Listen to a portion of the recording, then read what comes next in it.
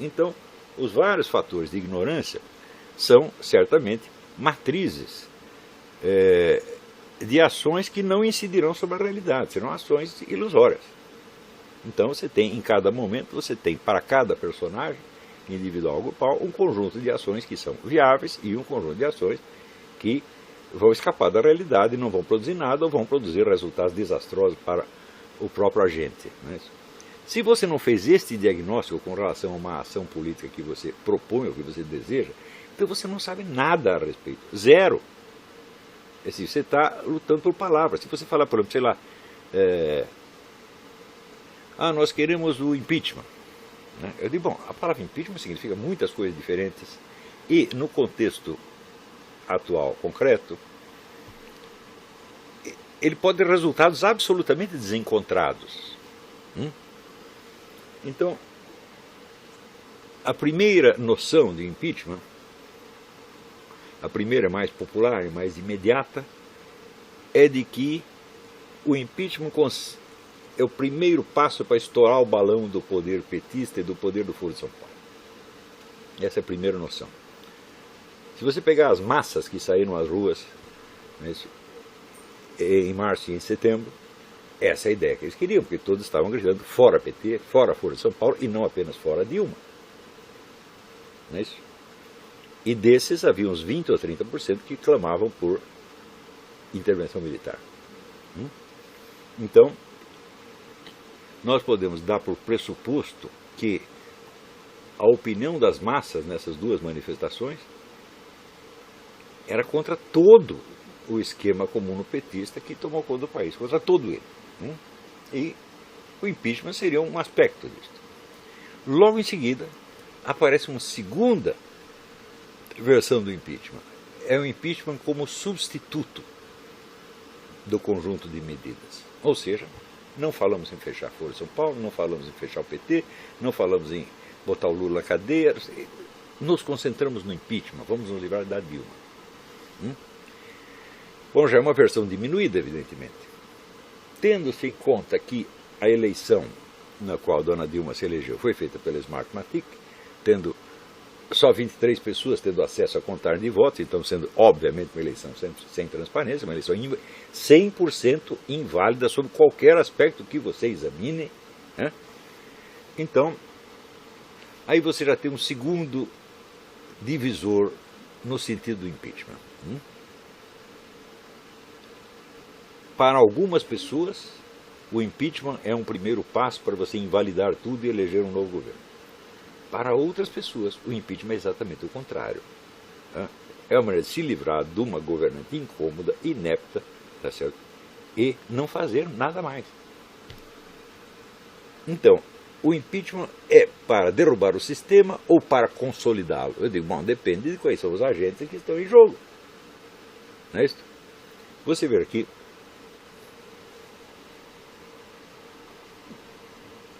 quando surgiu a ideia de pedir impeachment, veio logo em seguida a ideia da tal da marcha para Brasília. Eu achei que era uma coisa incrível. Bom, em primeiro lugar, quando estourar, fazer um parênteses aqui, quando estouraram as manifestações de rua, eu já achei que aquilo era uma espécie de ejaculação precoce. De cara. Falei, bom, nós vamos ter que de algum modo ajudar. Eu não posso recusar a minha ajuda a isso aí, tá certo? Mas, que é uma ejaculação precoce, é. Por quê? Não completamos a restauração da alta cultura. Portanto, não temos uma liderança cultural. Portanto, não temos uma liderança política. Ponto. É muito simples, né? Primeiro você cria uma elite cultural, essa elite cultural trabalha durante muito tempo, e daí aos poucos, com sorte, vão surgindo verdadeiros líderes políticos. Capazes, informados, certo? Capacitados para uma ação efetiva.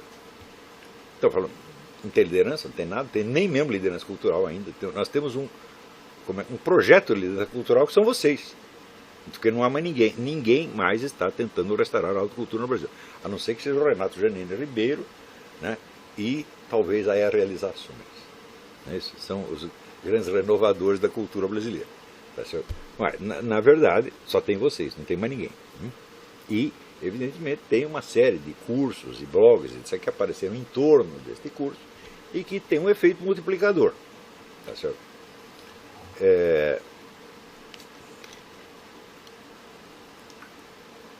Mas é só você fazer a seguinte pergunta: quantos gênios existem em circulação no Brasil atualmente e comparar com o que tinha nos anos 50? É uma coisa horrível, é horrível você ver isso aí, horrível, né? Então, sumiu tudo realmente, né? Então, não tendo a liderança, não, pode ser um movimento caótico, mas não se pode prejulgar que um movimento caótico seja ineficaz, mesmo porque ele estava crescendo muito, e eu mesmo recomendei aos candidatos a líderes que não liderassem nada, mas que simplesmente seguissem a massa. Por quê? Se você não tinha líderes conscientes e preparados, você tinha uma massa consciente e preparada. Uma massa que estava entendendo tudo o que estava acontecendo. Isso é que eu achei o fenômeno mais extraordinário de todos os tempos. Você via qualquer Zé Mané da rua, entendia qual era a ligação, por exemplo, entre a roubalheira e o Foro de São Paulo, a roubalheira e o processo revolucionário, a roubalheira e o bolivarianismo. Todo mundo entendia isso. Estava claro para todo mundo. Embora a mídia jamais falasse dessas coisas. Nem na mídia e nem no parlamento se falava. É pior, ninguém nas Forças Armadas falava. Eu não vi um general sair para falar do Foro de São Paulo. No máximo falavam de corrupção, sem nem entrar em muitos detalhes. É corrupção genérica, como se fosse uma condenação geral à sociedade brasileira. É uma sociedade corrupta. Isso foi o máximo que os generais falaram, o máximo que os parlamentares falaram. Depois de levar muito chacoalhão, alguns senadores, os deputados começaram até a falar um pouquinho de Foro de São Paulo. Mas é claro que se você tira o Foro de São Paulo da jogada, você não entende o que está acontecendo. Por quê? Uma roubalheira de tão larga escala não pode ser para enriquecer 2 ou 3 Zé Mané. Realmente não é possível. Tem uma coisa muito maior por trás disso. Pior ainda, existe um terceiro fator do qual ninguém fala, que é o suporte internacional mundial dado ao Foro de São Paulo e a esses governos corruptos. É ONU, é George Soros, é Rockefeller, é Obama. Né? Esse é um aspecto que nem eu mesmo analisei isso ainda direito. Né? Mas que, evidentemente, está presente e tem de ser levado em conta. Então, eu achei que aquilo era uma ejaculação precoce, mas não podia apostar que ia dar errado, nem que ia dar certo. Falei, então o que a gente faz? A gente ajuda, sem ter ilusão de onde a coisa vai, sem emitir diagnósticos deprimentes para não tirar o entusiasmo dos caras, mas também sem se entusiasmar muito. É isso. Quando a gente viu aquela massa de gente na rua e viu as pesquisas que davam assim, 93% da população contra o governo, e dos 7 restantes, 6 achando que o governo é apenas regular, estão reduzindo o apoio a 1%, falei, bom, o que nós temos na mão é uma revolução. Quer dizer, a massa não aceita mais as autoridades. O nível de desrespeito às autoridades chegou assim, ao supra-sumo naquele negócio dos estádios, o pessoal xingando a Dilma. É um fenômeno inédito na história do mundo, isso nunca aconteceu. Um governante pode ser vaiado. Xingado dessa maneira nunca aconteceu. E xingado por massa popular mesmo. Então, bom, nós estamos com a Revolução Brasileira na mão, quer dizer, o povo contra o estamento burocrático, como diria o Raimundo Fauro, né? Daí aparecem as mentes iluminadas e dizem, bom, nós vamos fazer uma marcha para Brasília para pedir o impeachment. Com isso você faz o quê? Você transfere o protagonismo da situação da massa para a classe política. Classe política que a massa rejeitava e achincalhava. Não deixava um político nem subir no palanque. Você, até o Bolsonaro foi rejeitado, até o Bolsonaro. Não, você é deputado? Não queremos. Eles não tinham nada pessoalmente contra o Bolsonaro, mas é o fato de ser deputado. Não queremos deputado, não queremos senador, não queremos governador, não queremos PSDB, não queremos político nenhum. Então, você está passando o protagonismo do movimento justamente àqueles que o movimento rejeitou. Evidentemente já era um tiro no pé. Segundo, você não reúne 2 milhões de pessoas na rua para dizer, espera aí que eu vou até Brasília e já volto. Você não faz isso.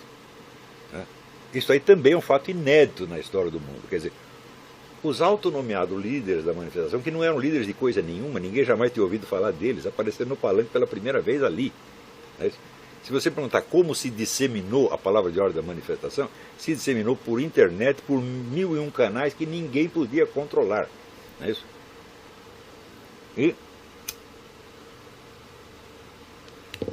Então, a partir deste momento que houve a marcha para Brasília, o que aconteceu? Você despertou as ambições da classe política. Bom, nós vamos pegar o protagonismo da situação, nós vamos resolvê-la e nós sairemos todos bem. A classe política em geral. Mas dentro da classe política havia um subsetor que são os tucanos. E vamos dizer, uma boa parcela da esquerda, PSOL, etc, etc. Isso é a nossa chance. Então nós podemos criar uma nova versão do impeachment, onde nós reescrevemos a história do movimento e, em vez de vinculá-lo a uma revolta geral do povo contra PT e Foro de São Paulo, nós a reinserimos historicamente na tradição esquerdista das diretas já, do Fora Collor e assim por diante. Vejam os discursos do Sr. Miguel Reale Júnior e do FHC nos últimos dias, que é exatamente isso. Eles estão criando uma modificação total do panorama histórico e inserindo esse movimento justamente na tradição que ele abominou.